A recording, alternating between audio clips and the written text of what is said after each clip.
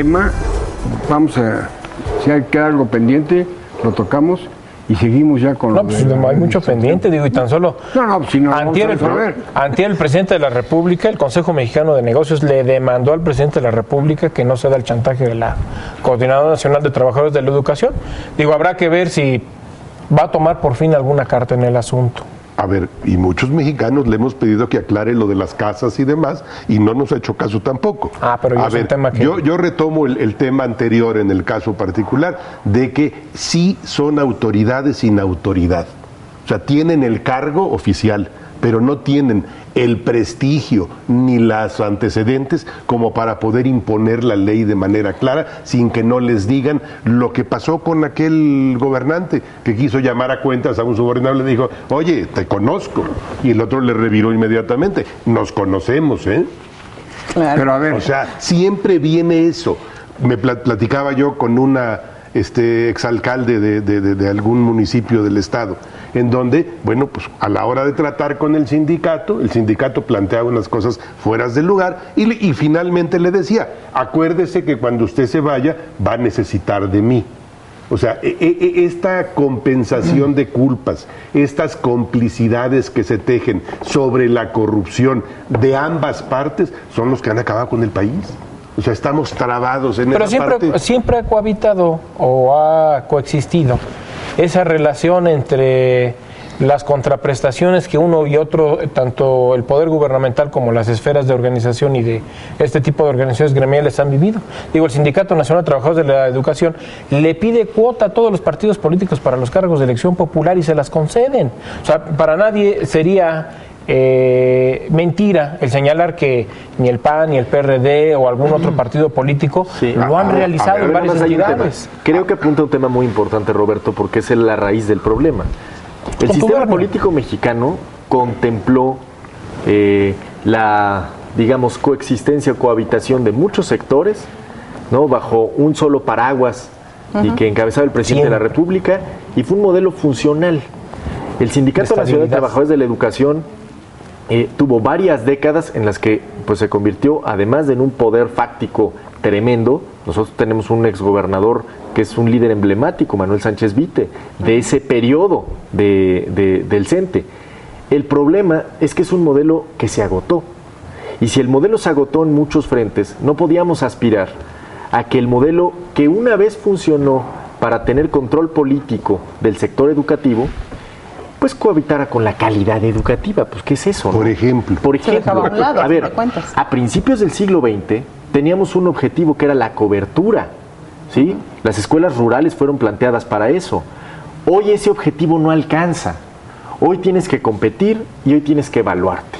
Entonces, tu modelo de siglo XX ya no te alcanza. Entonces, lo sustituyes, das golpe a longitud, das golpe al Bester, das, digamos, esos golpes predecibles, pero no hemos encontrado el modelo que sustituya lo que a lo largo del siglo XX nos acompañó. Lo que hoy tenemos es un desorden político en el sector educativo. Tienes a un Sindicato Nacional de Trabajadores de la Educación que le apostó todo su capital al Partido Nueva Alianza y que hoy no sabe si es del gobierno, si a veces sí, si en algunos distritos no. Tiene una figura pues totalmente descabezada y tienes a una fuerza emergente con vínculos muy riesgosos como la Coordinadora Nacional, que en los últimos años ha incrementado su presencia a partir de una negociación ventajosa con los gobiernos. Entonces, la gran pregunta aquí es, pues, ¿cuál es el modelo que queremos para el siglo XXI? ¿Nos alcanza? O sea, ¿podemos alcanzar ese objetivo de calidad educativa con lo que estamos haciendo? Yo creo que no. Entonces, partiendo de esa premisa, creo que lo que siguen son decisiones políticas. Y creo que también el gobierno, de repente lo subestimamos, creo que el gobierno está cultivando en la opinión pública una idea sobre la CENTE. Pero ya lo vimos. Porque lo tiene que hacer, porque en este país hay que hacerlo.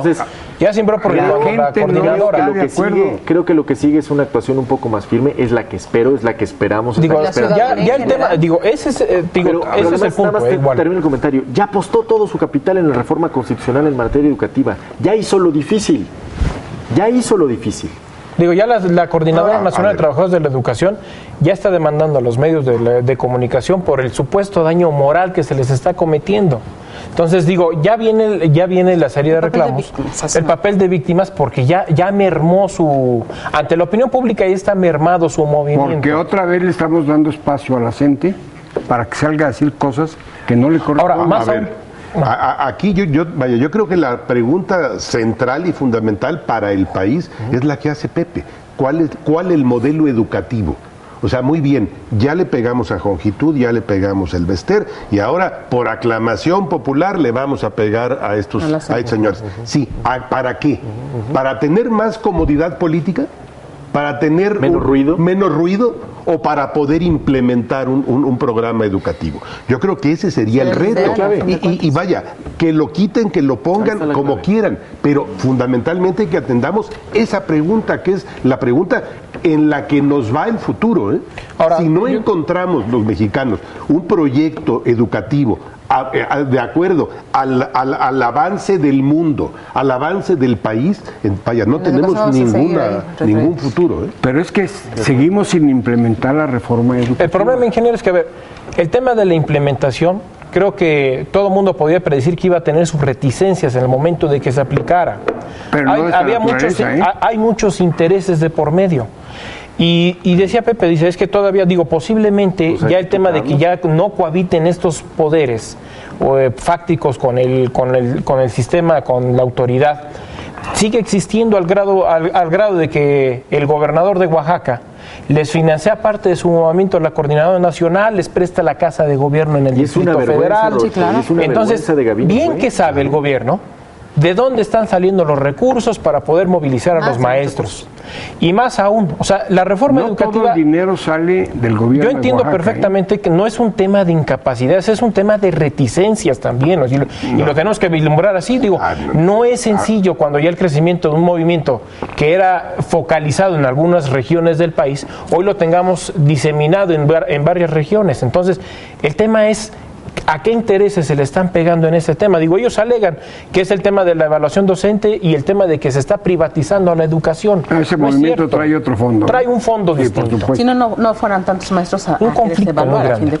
Alguien le gusta el interés y el conflicto en el país. Y ya sabemos quiénes son. Y bueno, cuando se tomó una decisión de hacer una reforma educativa en el tamaño que se estaba haciendo, o sea, una reforma administrativa que me parece importante para poder sentar la otra base, perfecto, pero la otra no la vemos. O sea, la gran discusión pública en este país sobre los contenidos, los programas educativos, no se ha dado. Ahora, si se avientan un tiro de pelear una cuestión como estas, pues deben de saber que hay reticencias y tienen que tener preparada una estrategia, porque para hacer algo para que lo vayamos a perder.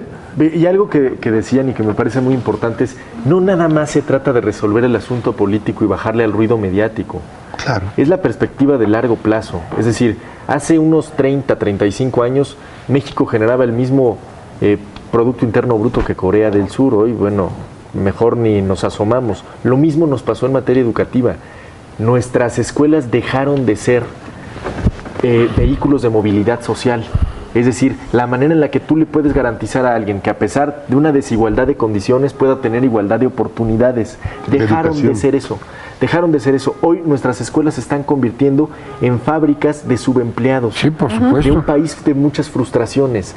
¿Por qué? Porque nos obsesiona la idea de que el niño lo aventamos en la escuela, me acuerdo 18 años después, ojalá lo acepten en alguna universidad y saliendo vemos de qué se ocupa. Mientras tengamos ese modelo, bueno, este país no puede avanzar ni económica ni socialmente. Bueno, 40,000 niños se van a quedar sin graduarse. Si no es que más. Pero déjame decirte la tragedia más grave, que es peor que la de los griegos, Luis, que es, si tuviéramos a todos los profesores dando clases a las horas correctas, con los programas aprobados y saliendo a las vacaciones debidas, también estaríamos en serios aprietos. Es un problema del modelo, de cómo estamos enseñando matemáticas, inglés, física, química, porque cuando nos comparamos con los demás, bueno, pues sí, sabemos cómo se llama Benito Juárez y los niños héroes, no lo sabemos de memoria, pero fuera de eso, pero además nos han dado entender lo que leemos, O sea, habilidades para desarrollar problemas Entonces, matemáticos. Ya hay un problema estructural. A eso se suma el problema político de coyuntura. Claro. Entonces, me parece que hay que diseccionarlo. Por una parte está la implementación de una reforma que ya se aprobó y hay que implementarla con el peso de la ley. No hay más, ni menos. Y por otro, tienes un claro problema de coyuntura de un grupo de presión política que creció en los últimos 3 o 4 años de forma muy importante. ¿Cómo le vas a entrar a ambos? Ahora, a mí me preocupa un tema. Por ejemplo, se habla de que no se han revisado los programas educativos. ¿Cómo se pudieran revisar si el diagnóstico no se tiene y no se permite evaluar? Digo, si por tercera ocasión en Oaxaca, en Michoacán, por ejemplo, estas dos entidades federativas, por tercera ocasión, suspendieron la evaluación docente. Pero de los maestros. De los maestros. No de los programas. A ver, el tema es, ¿cuáles capacidades necesitan los maestros o cuáles herramientas necesitan los maestros para poderlos mandar a las aulas con mejor preparación? Digo, si no se diagnostica de forma adecuada, no se va a poder tener. Vamos a hacer nuestra última pausa de esta mesa de diálogo y análisis de Visto Bueno Televisión. Recuerda, estamos en nuestro correo electrónico vistobueno.televisión@gmail.com. Regresamos.